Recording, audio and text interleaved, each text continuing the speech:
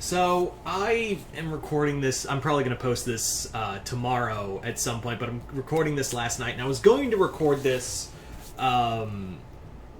yesterday or today, as of this recording. And the reason I didn't was because I got my first vaccine. Not because I was holding out or anything. It was just like, hey, I work a very busy schedule, and I don't have time to, I don't have time to get vaccinated.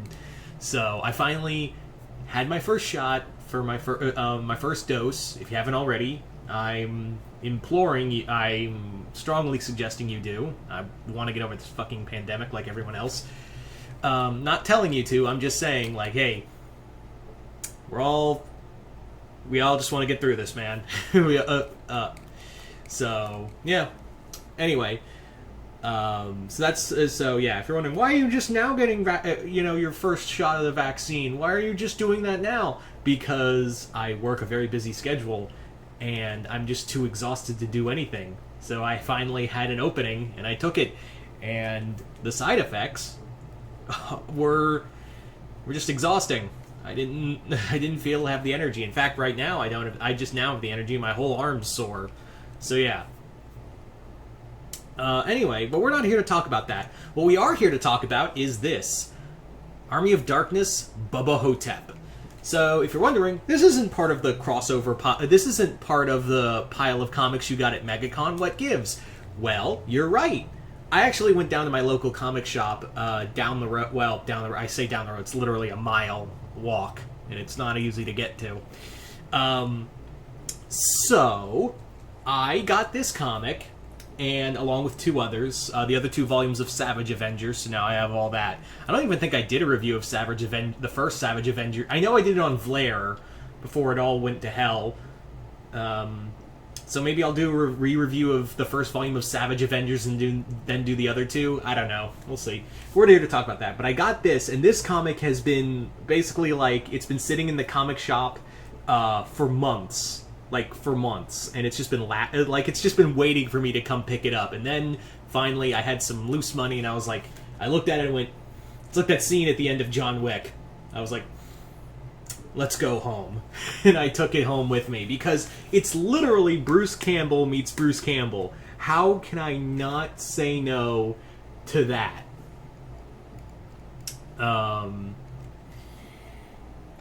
Yeah. So it's literally like, this was perfect. And again, if you're a Bruce Campbell fan, I already say come, go get this. I don't even think I need to say more. In fact, just if you love Army of Darkness and if you love the Bubba Ho-Tep movie, which also starred Bruce Campbell as Elvis, I'm already recommending this right out the gate. But this is a very fast read. This is only 4 issues. And let's get into... I actually did a review of the first issue a long while back when I was able to get comics, but then shit happened. I wasn't able to get a pull list, and now I just feel more at peace getting trades than I do single issues. So, yeah. Anyway, let's talk about this comic. We're 3 minutes in. Let's talk about the actual comic. So the comic is basically that Ash is on the hunt for Elvis, or a person claiming to be Elvis. And,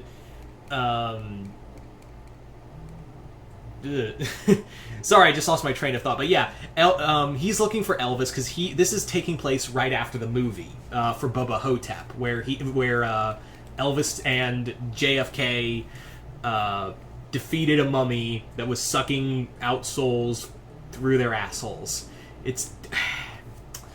Bubba Ho-Tep is an interesting film, and I love it. It's fascinating, but yeah. This book basically takes place after that, and Elvis and Ash meet, and at the same time they encounter a new kind of Deadite who comes from this thing called the Necronomicon Ho-Tep, which was the Egyptian equivalent of the Necronomicon, which makes a lot of sense. You'd think there would be a Necronomicon in Egypt because they're so connected to the realm of the dead. It actually makes... I'm surprised we're just now doing that in any comic.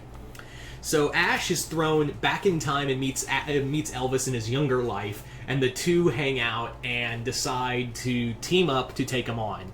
This is literally a really there's really nothing else to this crossover other than Holy crap! You get it. This was actually a crossover I wanted when they announced they were doing Bubba Ho-Tep comics at IDW. This was literally the one thing I wanted from IDW when they announced they were doing Bubba Ho-Tep. I was like, because they did the comic adaptation of the sequel that never happened. So I was like, this is the only other option you have, IDW. Get with Dynamite and do this crossover. And they were like, yeah, we'll do it. Not because of me, I never said shit. But yeah, I'm pretty sure the moment IDW got this crossover, they were like, yeah, we have to get in touch with Dynamite and do this crossover with Ash. So the best part of this comic is that literally Ash and Elvis, their dialogue feels straight up like you can hear Bruce Campbell's voice for both. I mean, obviously he played both, but like the dialogue is so good you could imagine the Bruce Campbell having the banter with himself, and it's amazing. Scott Duvall does a great job with that. He also clearly knows his Elvis. He clearly knows his Elvis Presley history, because there's some references in here that it's like you have to understand if you are a die-hard Elvis fan. And I'm not by any stretch of the imagination. I just live with, just my parents are super Elvis fans, and they know everything, so it kind of leaks onto me. So you just kind of like learn stuff. Got that? You know what I mean? Like I just got secondhand information. So I just thought that was funny. This is not a long crossover, and also it does kind of fall prey to being more of an Evil Dead crossover. Excuse me, Evil Dead, Army of Darkness, same damn thing. It does feel more like this is Ash's show and Elvis is along for the ride. And if you guys already know me, you already know that I am not the biggest fan of when crossovers do that, of giving more leeway to the other. But it's still fun. Like, Elvis does take center stage in at least the third issue, but then again, this is a fourth issue, and this is actually, like, well-paced. For 4 issues, it's a well-paced comic. Like, this is a very well-paced comic book for 4 issues, because this knows what it is. You just came here to see Ash and Elvis, basically Bruce Campbell meet Bruce Campbell, and it goes on its merry way. And it's a fun time. It's just a fun, ridiculous crossover that I really...